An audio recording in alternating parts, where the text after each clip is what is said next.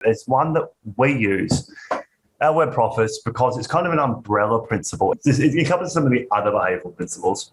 The concept around the endowment effect is that we value things more when we own it than if we don't own it. And as this image is depicting, the mug that we own, we won't sell for less than $10. The same mug for sale, we won't buy for more than $5. So what is it? Well, we're attributing greater value to things that we own, as we said, and it stems from another behavioral principle called loss aversion, probably one that a lot of us know.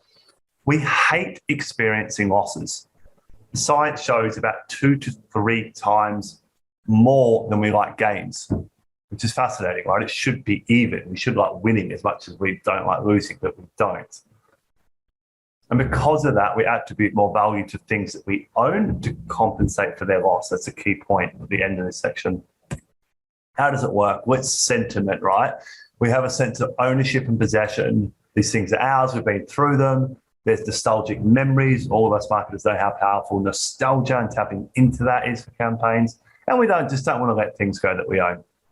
Example in action, you know that old raggedy stinky university sweater that you got, your partner hates it, but you can't get rid of it. One day your mate pops in and he says, I don't mind it, I'll give you $10 for it. Yeah, no way, this thing's worth at least $50. It's got so many memories. You know what just occurred there? Opportunity cost. $10 is a good deal for that raggedy old thing, but you missed it. Now, the next day, I'm going to flip the script. The next day, you're walking past, and it's funny that this actually exists, but it does. You see a similar worn-out, ripped, dirty jumper for sale at your local vintage shop, and it's got a $50 price tag on it. You're going to pay $50 for that? No, you're not going to think the same way because you don't own it. It's the same thing, essentially, but it's amazing the way our brains work. So how do we use this? I get that we're growth acquisition marketers. The point is that our target audience doesn't own the thing we want them to own. We haven't sold to them yet. That's our job, to convert. So how are we going to create a feeling of ownership? That's the key. I'm going to walk you through that. Used car salesmen are masters at this. Get in the car, you start to feel like you own it. You're already imagining the long weekend away in the new Subi. Retail brands do it so well with letting you try on clothes. You know, you think about the cost to them in doing so, but then the cost they do in making it.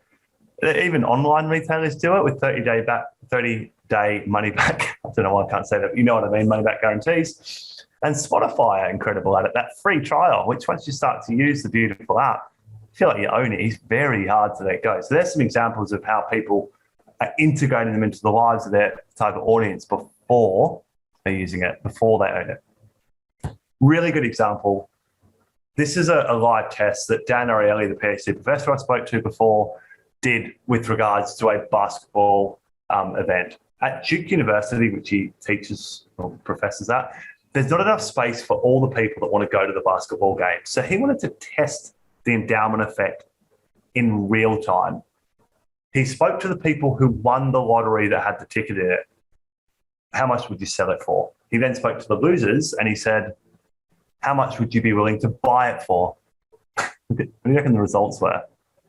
It's the same ticket, but you've got a 13x difference in the perception of the value of it.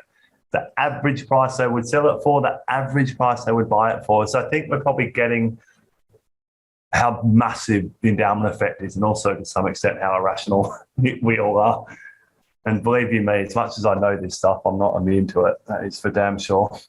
So here's some examples of using it in that pre-marketing phase, the acquisition phase. Uber, okay, yes, somebody had this app, but this really happened. This is Brad Sava, but this happened. We can read through the whole thing if you want, but the point is these last 2 sentences. We're giving you a discount. Try it out with a 30% discount on your next 5 trips. The key point is this copy. It's clever. The promotion has already been added to your account. Just open the app and order a ride. It's just a simple change. I'm sure the research behind it wasn't, but the execution is simple. It's a psychological creation of own it. You feel like if you don't open the app and take it, you've lost it because it's already yours. Really clever, that. Maybe a bit sneaky, but it's clever. And I bet you all agree it worked. I don't know the results of that campaign, but you can imagine. Another great example, and I want to speak into how we and you can apply this. This is a screenshot from Airbnb's website. They're wonderful marketers.